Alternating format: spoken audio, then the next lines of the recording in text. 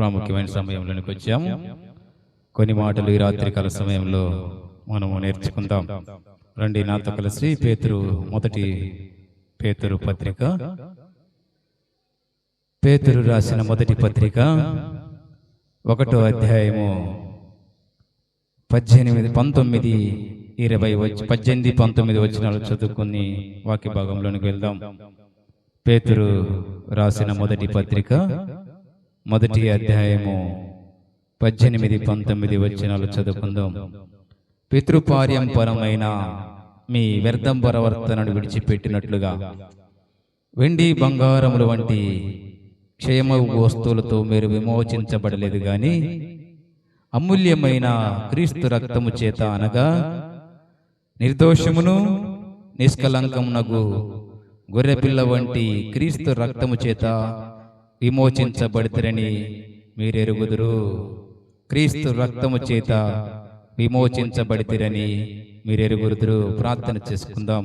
పరిశుద్ధుడా, ప్రేమ కలిగిన తండ్రి, ఇదిగో ఈ రాత్రికాల సమయంలో అలసిపోయిన మా ప్రాణమునకు నీ వాక్యం ద్వారా త్రాణ పుట్టించమని ప్రార్థిస్తున్నాను.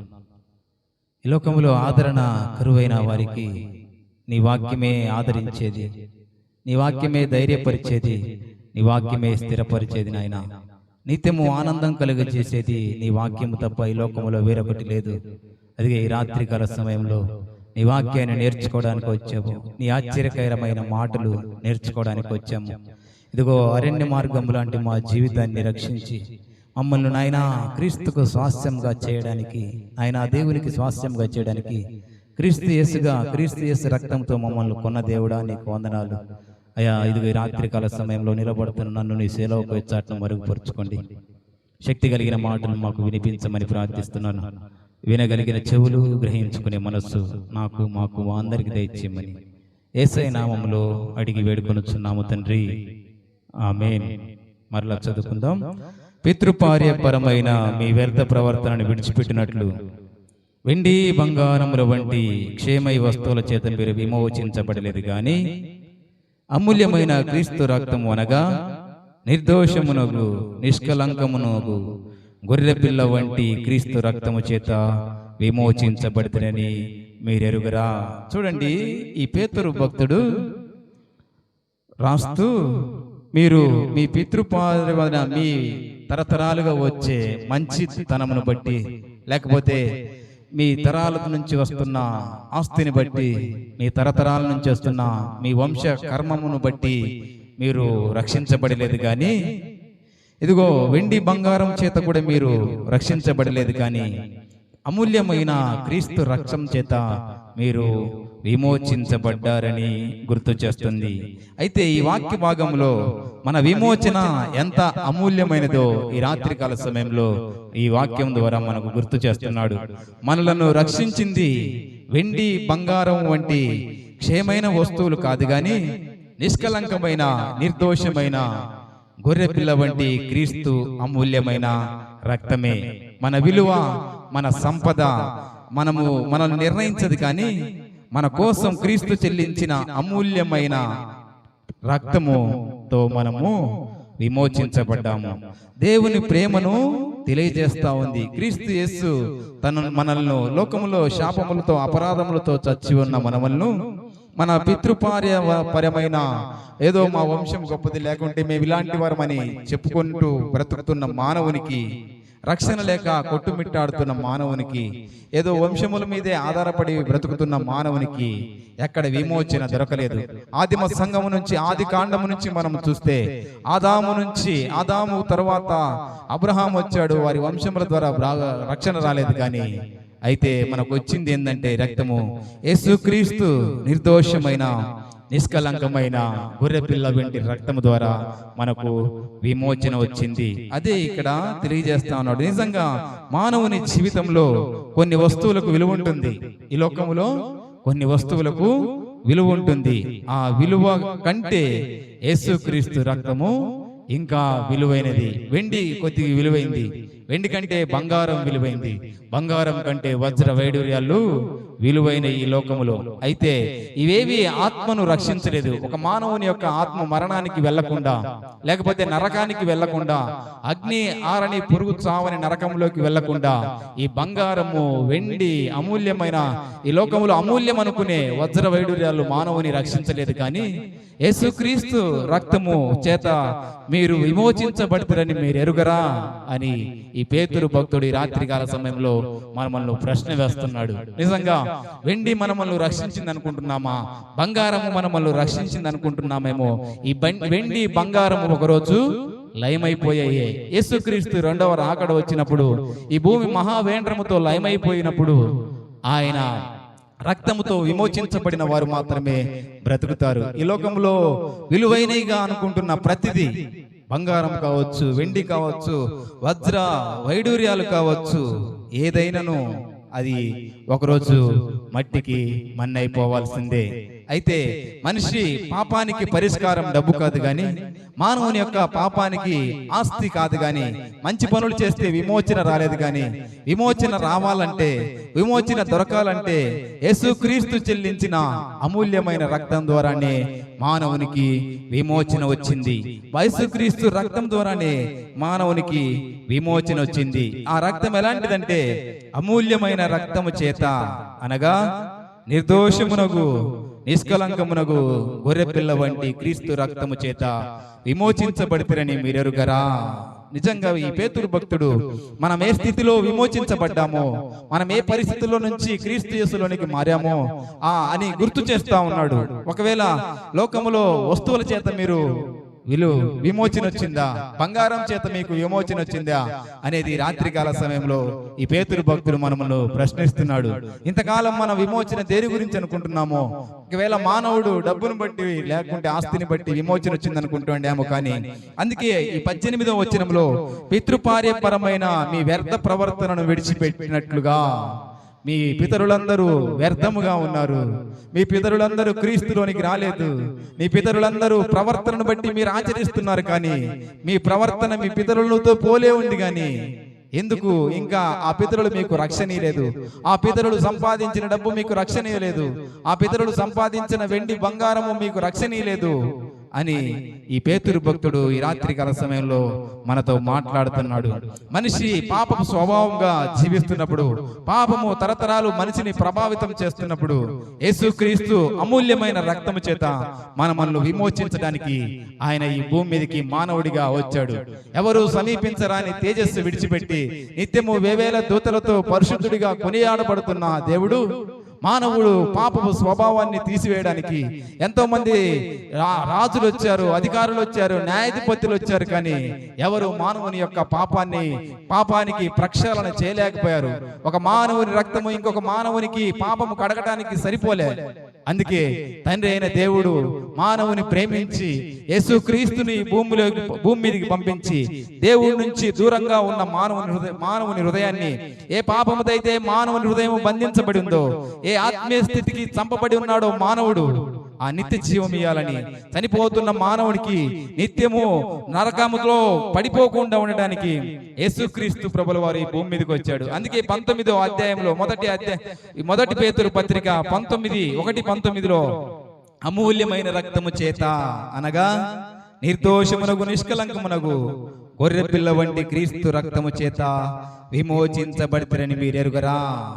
నిజంగా యేసుక్రీస్తు యొక్క రక్తము ద్వారా మనము విమోచించబడ్డాము. విమోచించబడడం అంటే కేవలం క్షమించబడటం కాదు, కానీ బంధకములో, పాపపు బంధకములో, నరకపు బంధకములో, మరణమనే బంధకములో ఉన్న మానవుణ్ణి విడిపించింది ఈ గొర్రెపిల్ల రక్తము.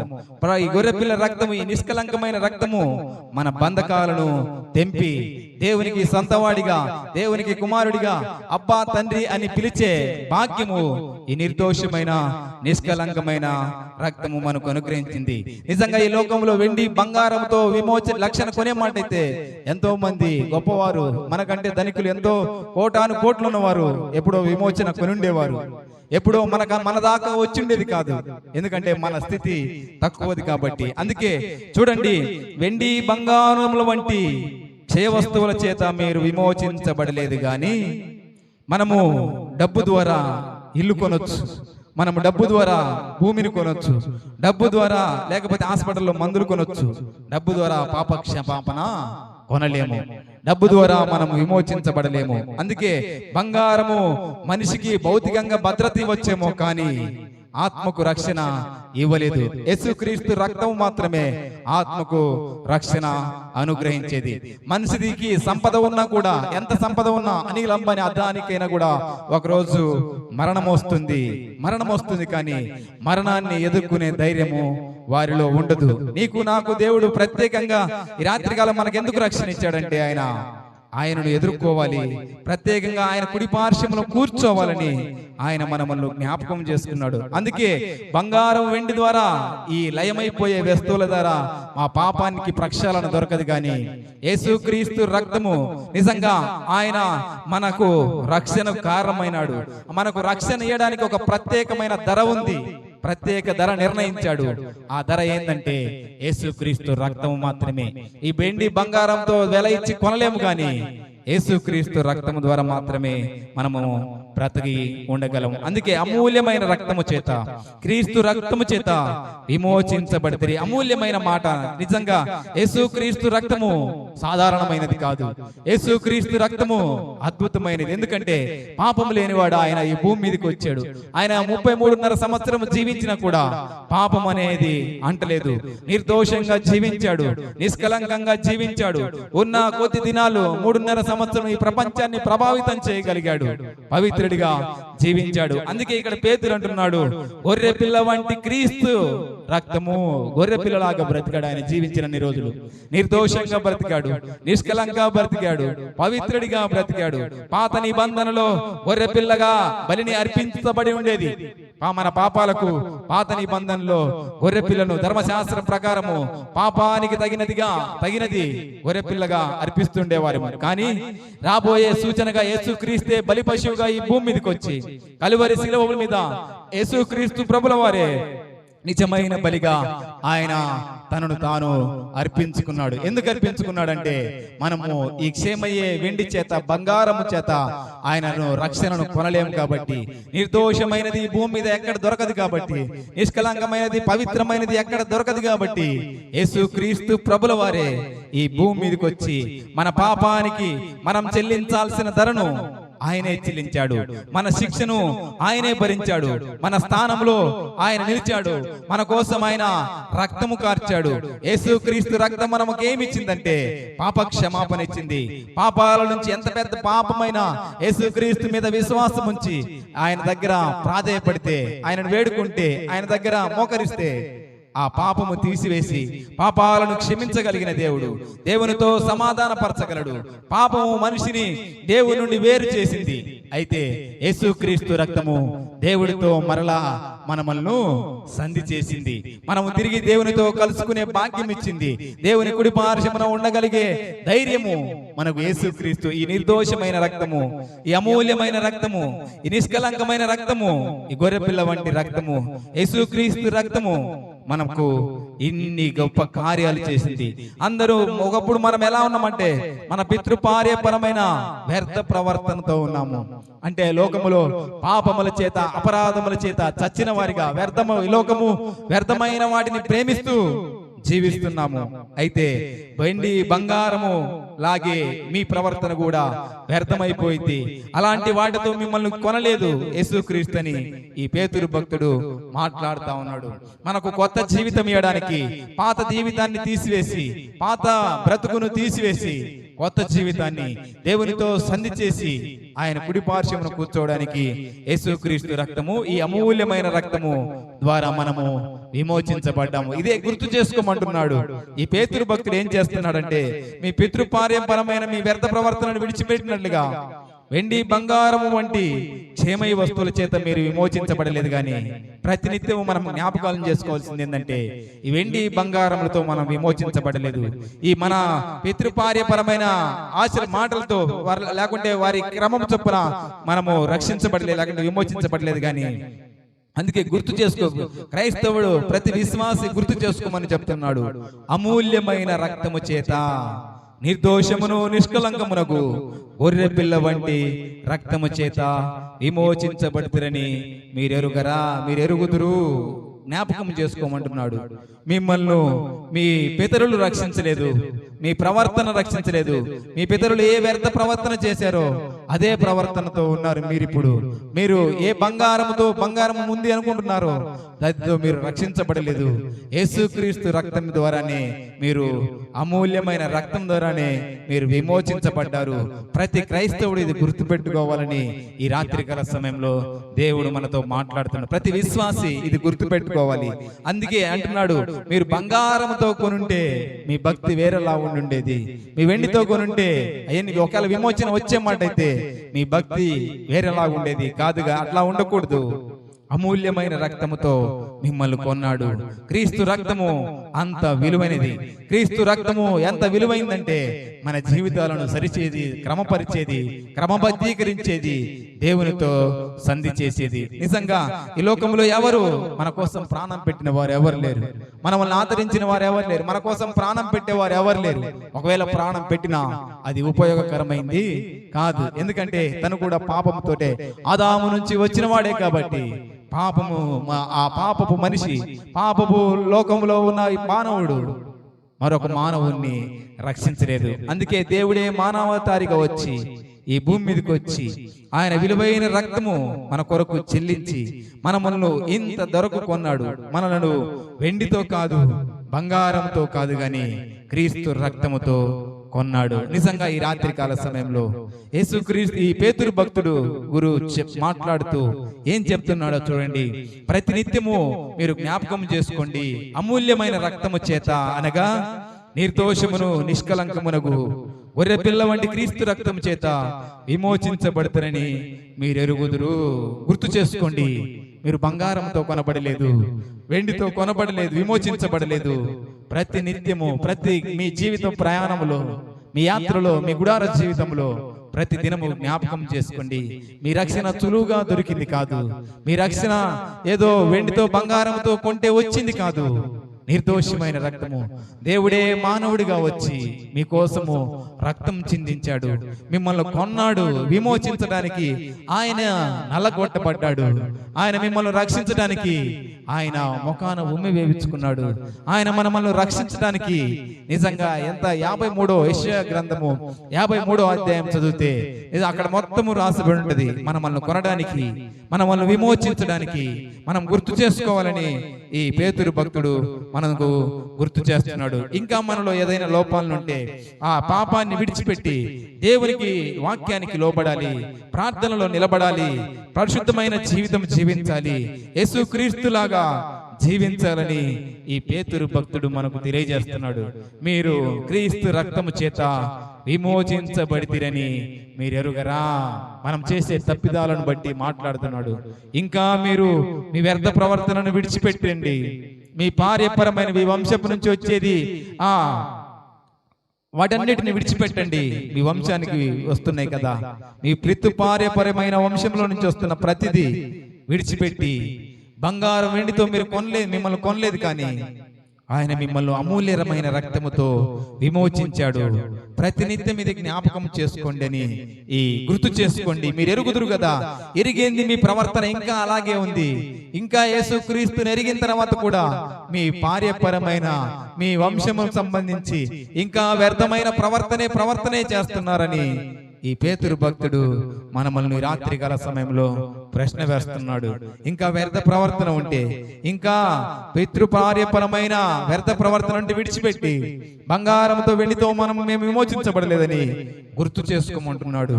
అనిర్దోషమైన రక్తం ద్వారా విమోచించబడ్డామని గుర్తు చేసుకోమంటు. నిజంగా ఈ క్షమాపణ వెనుక, యేసుక్రీస్తు రక్షణ వెనుక కలువరి ఉంది. మన పాప క్షమాపణ వెనుక యేసుక్రీస్తు రక్తం ఉంది. మన విమోచన వెనుక సిలువ ఉంది. మన నిత్య జీవం వెనక యేసుక్రీస్తు యొక్క త్యాగం ఉంది. ఆ త్యాగము గుర్తు చేసుకోమంటున్నాడు. ఆ త్యాగాన్ని, ఆయన నలగొట్టబడిన దాన్ని ప్రతినిత్యం మీరు జ్ఞాపకం చేసుకోండి. మీ ప్రవర్తన మార్పు వచ్చినప్పుడల్లా, మీ ప్రవర్తనలో తేడా వచ్చినప్పుడల్లా, మీ నడవడికలో వ్యత్యాసం వచ్చినప్పుడల్లా వీటిని జ్ఞాపకం చేసుకోండి. ఏటినంటే మన రక్షణ వెనుక కలువరి కొండ ఉంది, మన పాప క్షమాపణ వెనుక క్రీస్తు రక్తం ఉంది, మన విమోచన వెనుక సిలువ ఉంది, మన నిత్య జీవం వెనక యేసుక్రీస్తు త్యాగం ఉంది. మనల్ని వెండితో కొనలేదు, బంగారముతో కొనలేదు, మన మంచి పనులు లేకపోతే మన డబ్బు, మన ఆస్తిని బట్టి మనం విమోచన పొందలేదు. కానీ నిర్దోషమైన నిష్కలంకమగు గొర్రె పిల్ల వంటి క్రీస్తు రక్తమే మనల్ని విమోచించింది. అయితే ఈ రాత్రికాల సమయంలో మన ప్రవర్తన ఎలా ఉంది? ఇంకా వ్యర్థముగా ఉందేమో పరీక్షించుకోమని ఈ పేతురు భక్తుడు మనతో మాట్లాడుతున్నాడు.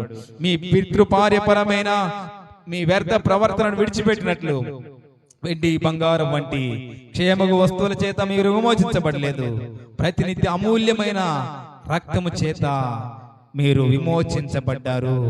నిజంగా గుర్తు చేసుకోమంటున్నాడు. మన ప్రవర్తనలో మార్పు వచ్చినప్పుడు, మన నడవడికలో తేడా వచ్చినప్పుడు, మన జీవితంలో దేవుణ్ణి మర్చిపోయినప్పుడు గుర్తు చేసుకోవాలి.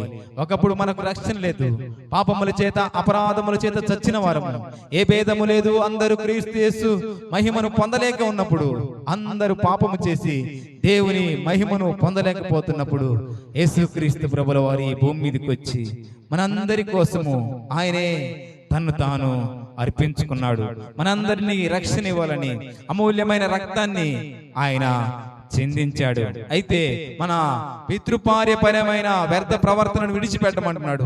ఒకవేళ విడిచిపెట్టకపోతే 24వ అధ్యాయంలో చూడండి, 1:24 వచనము, సర్వ శరీరులు గడ్డిలిపోయిన వారు, వారి అందమంతయు గడ్డి పువ్వు వలె ఉన్నది, గడ్డి ఎండును, దాని పువ్వును రాలును, అయితే ప్రభువు వాక్యము ఎల్లప్పుడూ నిలుచును. మీకు ప్రకటించబడిన సువార్త ఈ వాక్యమే. ఈ వాక్యమై ఉన్న దేవుడు మిమ్మల్ని ఏమంటున్నాడంటే, సర్వ శరీరులు గడ్డిని పోలి ఉన్నారు, వారి అందమంతయు పోలి ఉంటుంది. మీ పితృపార్యపరమైన వంశం ద్వారా మీరు మాట్లాడితే మీరు ఎలాంటి వారంటే గడ్డిని పోలిన వారు. ఆ గడ్డిని దేవుడు ఏం చేశాడంటే అమూల్యమైన వారిగా మార్చాడు. ఆ అమూల్యమైన రక్తము మన కోసం ఇచ్చి ఆయన మనమన్ను కూడా అమూల్యమైన వారిగా మార్చాడు. నిజంగా ప్రభువు ఇంత గొప్ప ధరకు మనల్ని కొన్నాడు. ఈ లోకంలో మనల్ని కొనేవారు ఎవరు లేరు, కానీ యేసుక్రీస్తు నిజమైన ఆయన రక్తము ద్వారా మనల్ని కొన్నాడు. మన జీవితం మనది కాదు, మన బ్రతుకు మనది కాదు, కానీ నా జీవితం దేవుని మహిమ కొరకే అనేది ప్రతినిత్యము జ్ఞాపకం చేసుకోవాలి. నా జీవితము దేవుని మహిమ కొరకే. ఈ క్షణం కూడా నేను బ్రతుకున్నానంటే ఆయన కృప అనేది ప్రతినిత్యము గుర్తుంచుకోవాలి. చివరిగా ఒక మాట చెప్తాను. వెండి బంగారముతో కొనలేని విమోచనను యేసుక్రీస్తు తన అమూల్యమైన రక్తముతో మనకిచ్చాడు. అది జ్ఞాపకం చేసుకుందాం ప్రతినిత్యము మన జీవిత యాత్రలో. ఈ గుడార జీవితంలో ఎప్పుడు పగిలిపోయే నీటి బుడగ లాంటి జీవితంలో మనం జ్ఞాపకం చేసుకోవాల్సింది ఏంటంటే క్రీస్తు యేసు రక్తం ద్వారా మనం విమోచించబడ్డాము. మన దగ్గర ఉన్న వెండి బంగారం ఆస్తి అంతస్తులో విమోచించబడలేదు, కానీ యేసుక్రీస్తు అమూల్యమైన రక్తముతో ఆయన మనను విమోచించాడు. విమోచన చివరి వరకు, మన ప్రాణం పోయే వరకు కాపాడుకుందాం. అటు కృప దేవుడు మనందరికీ అనుగ్రహించును గాక. ప్రార్థన చేసుకుందాం.